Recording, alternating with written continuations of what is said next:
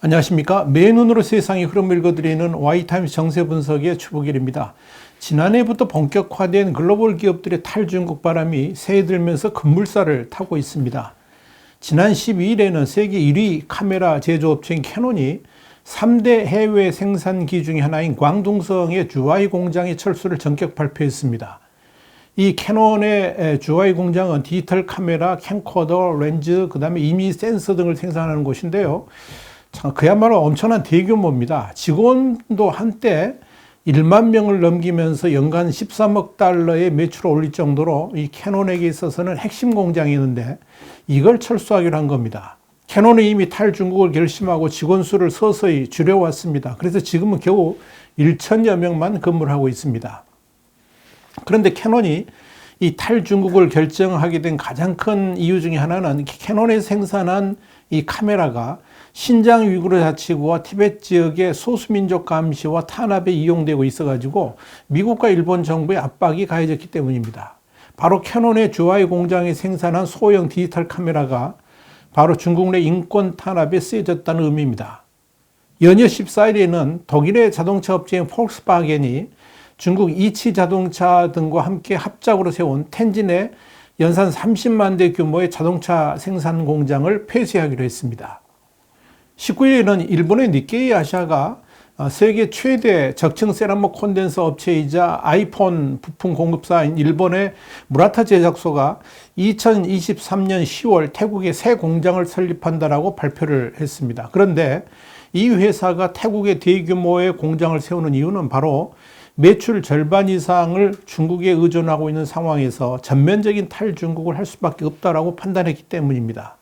그래서 태국에 짓는 공장 크기도 지금의 상하이 인근의 우시 공장과 같은 규모로 짓게 되고 앞으로 성장 거점을 인도 태평양 지역으로 삼겠다, 이런 결정을 내렸다는 겁니다.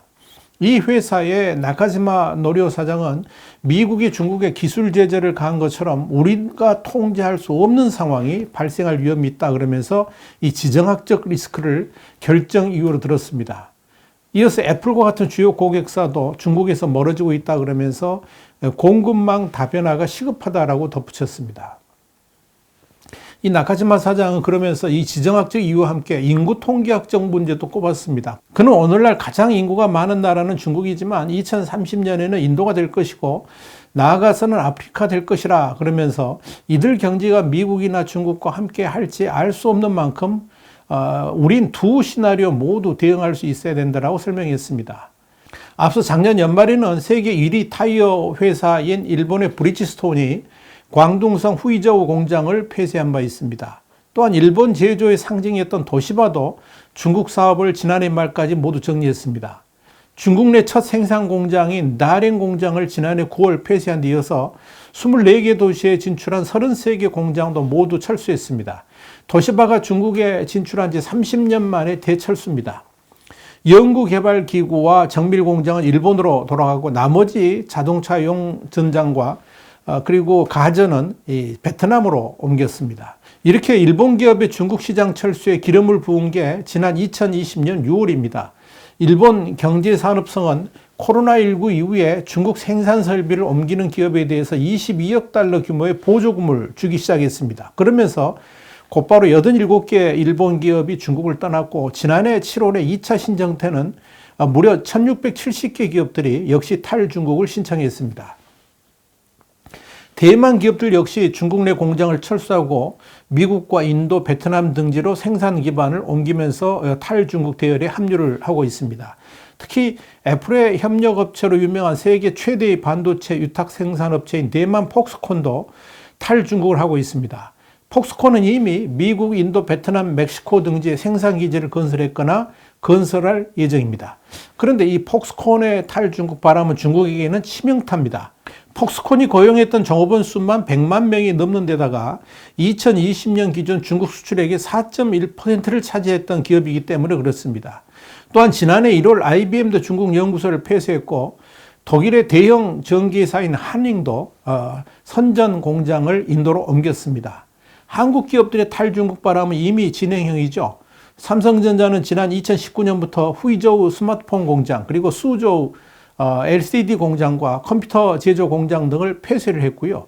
지난해에는 삼성중공업이 중국 닝보 공장 문을 닫았습니다. 그런데 여러분, 이렇게 탈중국 바람이 거세지는 가운데 그동안 너무 중국에 올인해서 애플이 차이나 수렁에 빠졌다, 이런 말까지 나올 정도로 이 탈중국도 못하고 베이징에 발목이 잡혀있던 애플이 반면교사가 되면서 오히려 탈중국을 할 수밖에 없는 이유, 왜 해야 되는가, 뭐 이렇게 재촉하는 요인이 되고 있습니다. 사실 이 마이크로소프트라든지 트위터는 중국의 인터넷 검열과 개인정보 등에 대한 요구 등이 강해지면서 결국 탈중국을 선언했죠. 그래서 중국 시장을 미련없이 떠나버렸습니다. 그러나 애플은 정작 미국 내에서는 개인정보보호법을 빌미해가지고 대테러용으로 아이폰 암호 해독 기술을 요구한 FBI의 요청까지 거부를 했으면서도 중국의 요구에는 순한 양같이 모든 정보를 다 제공하기로 했죠. 애플이 이렇게 스스로의 원칙을 모두 허물게 된 배경에는 탈중국을 하지 못하고 중국에 올인한 탓이었습니다. 그렇다면 애플은 왜 그랬을까요?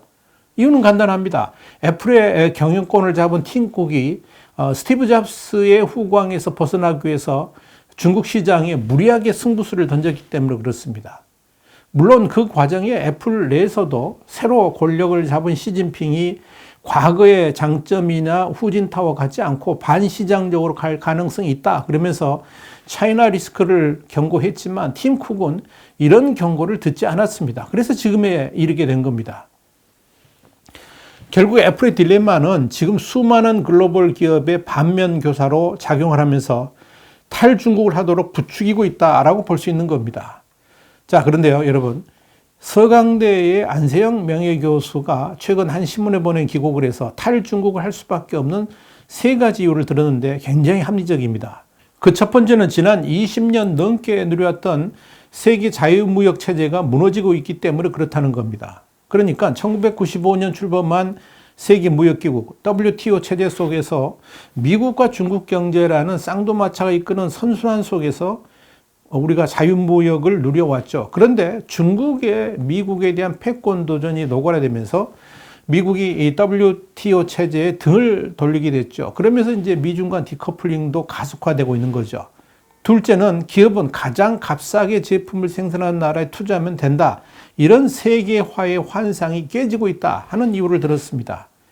미중 간 협력 관계가 이어질 때는 중국이 세계 공장으로서 역할을 하면서 이 값싼 제품들을 공급해 왔지만 이젠 상황이 달라졌죠. 특히 경제가 곧 안보인 시대에는 당연히 중국과의 디커플링은 필연적입니다.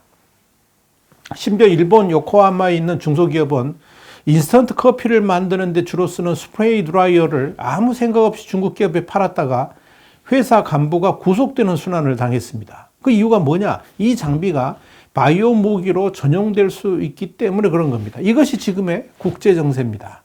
셋째로는 빅데이터 정보 전쟁이 갈수록 기업의 글로벌 경영을 얽어맬 수 있기 때문에 그렇습니다. 중국은 이미 빅데이터를 지배하면 인공지능을 지배하고 인공지능을 지배하면 미래를 지배한다는 사실을 알아채고 이 분야에 집중적인 투자를 해왔습니다. 세계 최대의 바이오 관련 정보를 축적하고 있다는 베이징 게놈 연구소 BGI도 그래서 만들어진 겁니다. 문제는 이 중국 정부가 2017년 만들어진 국가정보법 그리고 사이버보안법을 내세우면서 알리바바 같은 자국 기업뿐만 아니라 중국에 진출한 외국 기업의 고객 정보까지 통제하려고 한다는 점입니다. 이런 중국 정부의 정책에 순응한 대표적인 기업이 바로 애플입니다. 그런데 지금 테슬라도 바로 이 문제 때문에 중국 정부와 대립하고 있습니다. 중국 정부가 8개의 카메라와 12개의 초음속 센서를 단 테슬라 전기차의 방대한 정보를 통제하려고 하기 때문에 그렇습니다. 결국 이 중국 정부 스스로가 자초한 이러한 글로벌 경제 체제의 변형은 어쩔 수 없이 탈중국을 해야만 살아남을 수 있게 이렇게 변화해 가고 있는 겁니다. 특히 그동안 중국의 강점이었던 저임금 체제마저 무너졌죠. 당연히 원가 부담이 커지게 됐습니다. 여기에 현지 진출 외국 기업의 기술을 베낀 중국 기업들의 경쟁력 상승으로 경영 환경도 갈수록 나빠지고 있습니다. 자, 그러다 보니까 글로벌 기업들의 탈중국 바람이 거세게 일어나고 있는 것입니다. 여러분, 이렇게 글로벌 기업들의 탈중국 바람이 거세지고 있는 상황에서 한국과 미국이 배터리 동맹을 결성해서 주목을 끌고 있습니다. 25일 관련 업계에 따르면 미국 완성차 빅3, 그러니까 GM, 포드, 스텔란티스인데요. 이 빅3하고 세계 최고 기술 수준을 가진 한국 배터리 3사가 약 30조 원을 합작 투자해가지고 연 330기가와트시 규모로 전기차 400만 대 이상을 생산하기로 했습니다. 이렇게 되면 고속 성장할 미 전기차 산업이 한국 배터리에 의존하게 되는 것이죠. 이렇게 되면 빅3뿐만 아니라 현대차라든지 혼다 같은 업체들도 미국 배터리 공장을 짓기 위해서 한국 배터리사를 택할 가능성이 높습니다. 이런 한미 합작의 배터리 공장 건설이 의미를 갖는 것은 핵심 소재 대부분을 중국에 의존하는 한국 배터리 업계가 미국과 함께 자원, 소재 개발에 나서면 이 중국 리스크를 근본적으로 낮출 수 있다 하는 아주 중요한 의미가 있다는 이야기입니다. 현재는 한국 배터리 업체가 핵심 소재를 중국에 의존하고 있습니다. 특히 배터리의 양대 소재인 양극재를 만드는 중간재인 전구체, 이게 니켈, 코발트, 망간을 섞은 가루고요. 그리고 음극재를 만드는 흑연을 대부분 중국에서 조달하고 있는 실정입니다. 그런데 미국과의 배터리 동맹 결성이 되게 되면 이런 문제점들을 상당히 줄여나갈 수 있을 것으로 보입니다. 당장 미국과 손을 잡고 미 완성차 업체들하고 미국이라든지 호주, 동남아 같은 중국 이외의 지역에서 코발트와 리튬, 니켈, 흑연 같은 것들을 개발하는 사업에 참여하면서 공급망 다변화를 통해서 중국 의존도를 낮출 수 있게 될 겁니다. 이번에 한미 배터리 동맹은 미국과 경제 안보 동맹에서 영향력을 확대할 수도 있는 핵심 수단이 될 수 있다는 점에서도 아주 큰 의미를 갖습니다. 마치 대만이 반도체로 인해 가지고 든든한 미국의 보호막이 형성되는 것처럼 한국도 반도체에 이어서 배터리 동맹이 강화된다 그러면 한미 간의 경제 안보의 핵심 축이 될 수도 있다 하는 의미입니다.